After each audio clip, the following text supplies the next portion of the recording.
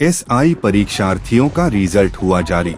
Chhattisgarh police विभाग की ओर से सूबेदार sub inspector cadre platoon commander भर्ती 2021 का रिजल्ट जारी कर दिया है। रिजल्ट ऑनलाइन माध्यम से ऑफिशियल वेबसाइट पर जारी किया गया है। मेरिट लिस्ट में कुल 959 उम्मीदवारों को जगह दी गई है। इस तरह से अब 975 पदों के मुकाबले 959 उम्मीदवारों का चयन किया गया है। पदानुसार सूबेदार के 57 पदों, एसआई के 577 पदों, एसआई विशेष शाखा के 69 पदों, प्लाटून कमांडर के 247 पदों, एसआई फिंगरप्रिंट के 2 पदों, एसआई प्रश्नाधीन दस्तावेज के 1 पद, एसआई कंप्यूटर के 5 पदों, एसआई रेडियो के 1 पद पर अभ्यर्थियों का चयन किया गया है। आपकी जानकारी के लिए बता दें कि अनुसूचित जनजाति वर्ग में सूबेदार महिला का पद छत्तीसगढ़ हाईकोर्ट के आदेश पर रिक्त रखा गया है।